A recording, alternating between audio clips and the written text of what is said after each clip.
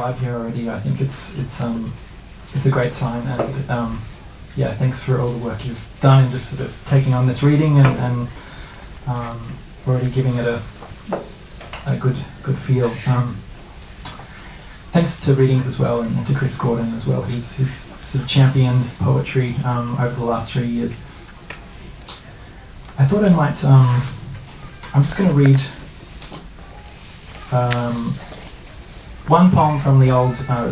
My first book, Lemon Shark. It's almost probably time to put this one to bed, but I thought I'd read one poem from this book. This is called Red and White.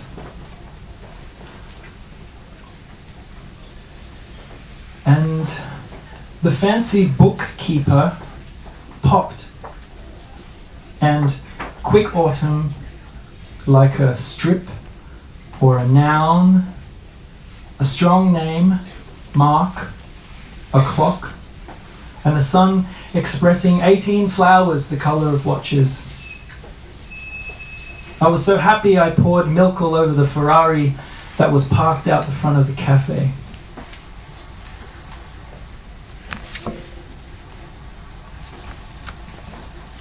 I'll just read a couple from the Green Book. This is, I know this one off by heart. I had to remember it for last night, this thing I did last night. It's called Short Story. His ear lit up like a daffodil. He found 4 bees in his car. It was a leap year.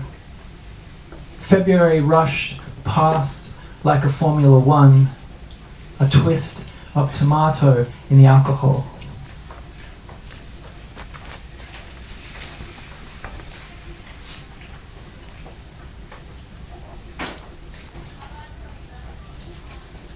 This poem is called Exit. Green light I found a word in.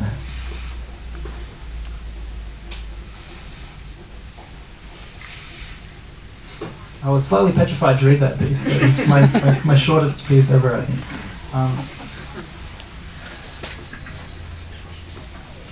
This book I wrote in India on an AsiaLink residency, so a lot of the poems come out of that experience. This is called Unlocked Bicycles. Her shoulder popped, collapsed like a magazine opening. I knock at the door.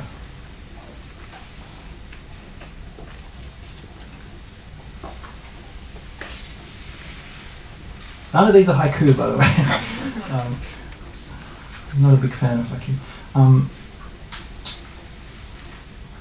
This is called Two Noughts. This after I wrote this poem, it gave me a bit of a Peter Greenaway feel, so I thought I'd call it Two Noughts. Well, in India, where I was staying in the cultural centre, there was about 8 artists at this centre at any time, and we would often meet for breakfast. The Swiss women, born in Panama, camping near the mouth of the river in the Himalayas, talked of bears walking soft-footed around their tent. They come down from the snow looking for apples, they said. And this continued like a perfect circle, the crisp sound of one mouth against and away from the flesh of the fruit. Repetition, a red present. I would, but there is light drizzle, and this little breakfast conversation, the bowl of glistening stories, plates as round as a kiss.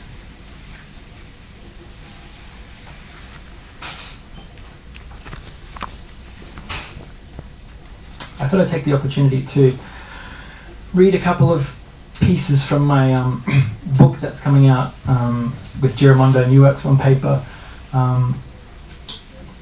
This is called Melancholy. It's a poem I wrote for the Red Room Company.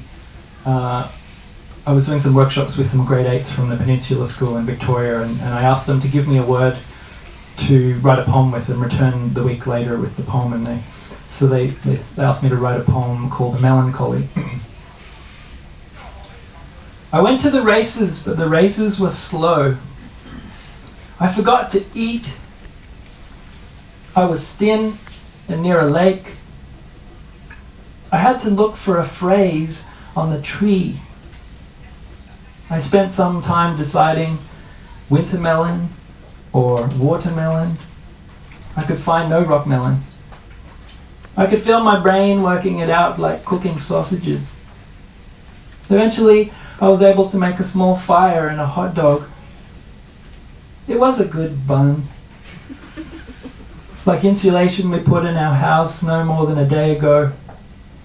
I was on the roof. The suburb was busy.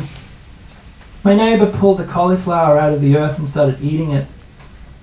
My neighbour was rude. I fell off the roof or just got down and went inside and looked in the crisper. I looked in the crisper. In the crisper, the word Antarctica.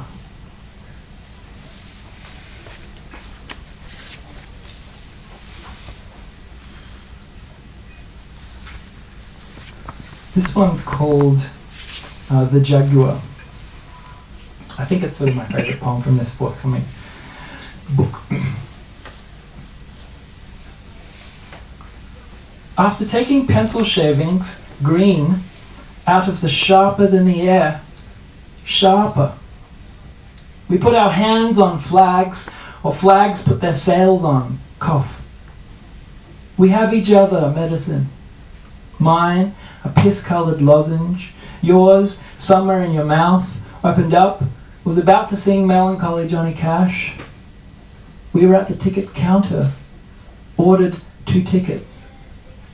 They were pieces of paper, so we crossed the road, past a Jaguar. After that I shaved and surprised bees, calling the keeper to the sign, removal of bees. Half a beard, I said, as Biro leaked into the ocean, swam, dugong elderly in swimsuits, hot water bottle thick.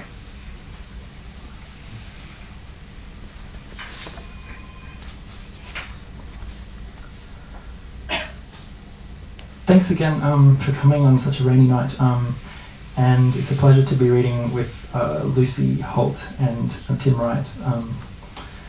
This is my last piece.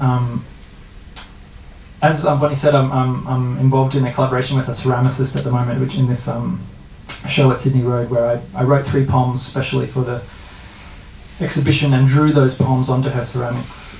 So it's up for 2 more days. I'll read one of the poems from this exhibition, which is called Cashew the Light. This poem's called At Least Keats's Leaf Curtains.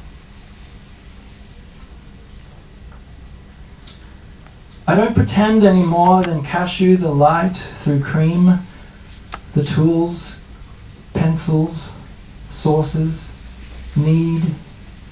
We hold most light and memory, things I know. Earthquake, the sky squeaks through, bed sheets, pattern, the cat's mouth opens.